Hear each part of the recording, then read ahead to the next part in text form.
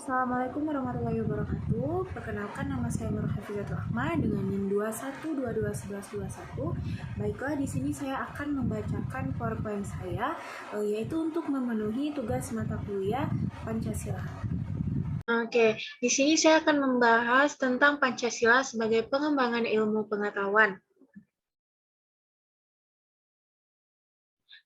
Pancasila sebagai dasar nilai pengembangan ilmu, artinya kelima Pancasila merupakan pegangan dan pedoman dalam pengembangan ilmu pengetahuan dan teknologi. Beberapa terminologi yang dikemukakan para pakar untuk menggambarkan peran Pancasila sebagai rujukan bagi pengembangan ilmu pengetahuan dan teknologi. Nah, mengapa Pancasila dikatakan sebagai dasar pengembangan ilmu pengetahuan? Karena Pancasila merupakan satu kesatuan dari sila-silanya yang harus menjadi sumber nilai, kerangka berpikir, serta asas moralitas bagi pembangunan ilmu pengetahuan dan teknologi di Indonesia. Yang pertama, ketuhanan yang Maha Esa. Nilai ketuhanan sebagai dasar pengembangan ilmu pengetahuan harus tetap menjaga keseimbangan antara rasional dan irasional, keseimbangan antara akal, rasa, dan kehendak. Sila pertama menempatkan manusia di alam semesta bukan sebagai pusatnya, melainkan sebagai bagian yang sistematik dari alam semesta yang diolahnya. Pancasila sebagai dasar pengembangan ilmu mengamalkan komitmen etis ketuhanan ini. Pancasila harus didudukkan secara proporsional bahwa ia bukanlah agama yang berpretensi mengatur sistem keyakinan, sistem kepribadatan, sistem norma, dan identitas keagamaan dalam ranah privat dan ranah komunitas agama masing-masing. Nah, yang kedua, kemanusiaan yang adil dan beradab. Nilai kemanusiaan sebagai dasar pengembangan ilmu, nilai kemanusiaan yang adil dan beradab mengandung arti, kesadaran, sikap, dan perilaku sesuai dengan nilai-nilai moral dalam hidup bersama atas dasar tuntutan hati nurani masing-masing dengan memperlakukan sesuatu hal dengan sebagaimana semestinya. Nah, di sini contohnya memberi arah dan mengendalikan ilmu pengetahuan, ilmu dikembalikan pada fungsinya semula yaitu kemanusiaan. Tidak hanya untuk kelompok atau lapisan tertentu. Yang kedua, memberikan dasar-dasar moralitas bahwa manusia dalam mengembangkan iptek haruslah secara beradab. Membangun iptek harus berdasarkan kepada usaha-usaha yaitu untuk mencapai kesejahteraan umat manusia.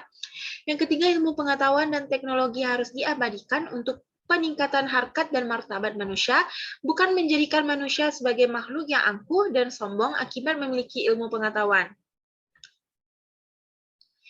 Nah, selanjutnya yang ketiga, persatuan Indonesia. Nilai persatuan sebagai dasar pengembangan ilmu, nilai persatuan Indonesia memberikan kesadaran kepada bangsa Indonesia akan rasa nasionalisme bangsa Indonesia. Oleh karena itu, ilmu pengetahuan dan teknologi harus dapat dikembangkan untuk memperkuat rasa persatuan dan kesatuan bangsa. Pengembangan ilmu pengetahuan dan teknologi hendaknya diarahkan demi kesejahteraan umum manusia, termasuk di dalamnya kesejahteraan bangsa Indonesia dan rasa nasionalismenya. Pengembangan ilmu pengetahuan dan teknologi untuk mewujudkan negara persatuan diperkuat dengan budaya gotong royong dalam kehidupan masyarakat sipil dan politik dengan terus mengembangkan pendidikan kewarganegaraan dengan dilandasi prinsip-prinsip kehidupan publik yang lebih partisipatif dan non-diskriminatif.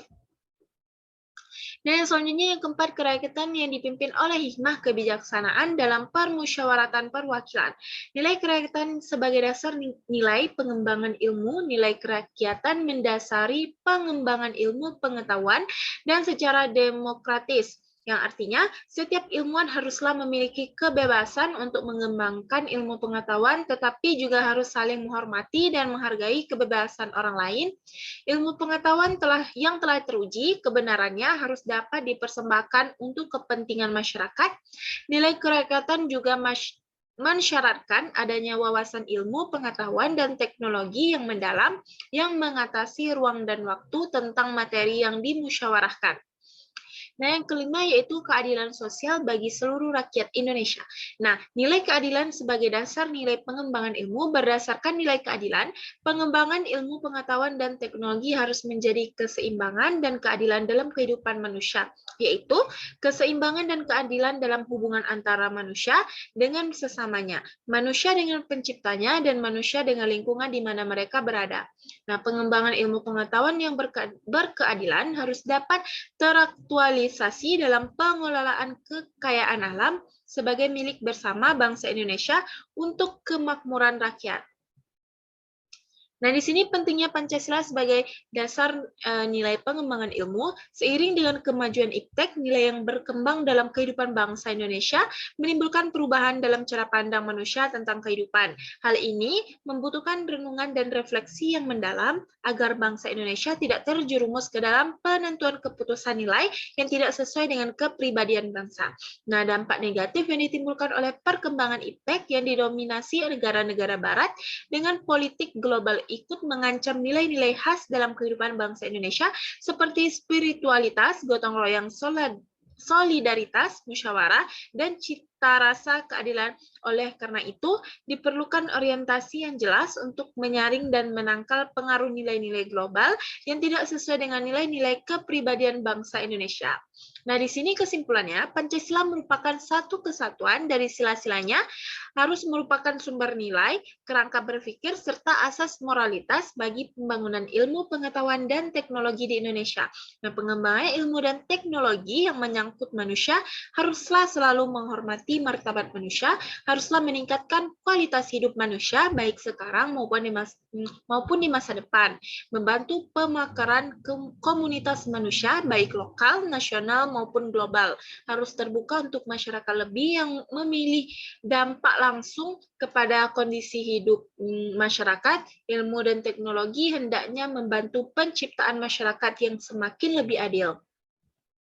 Nah, mungkin cukup sekian dari saya, kurang dan lebihnya saya mohon maaf. Saya akhiri. Wassalamualaikum warahmatullahi wabarakatuh.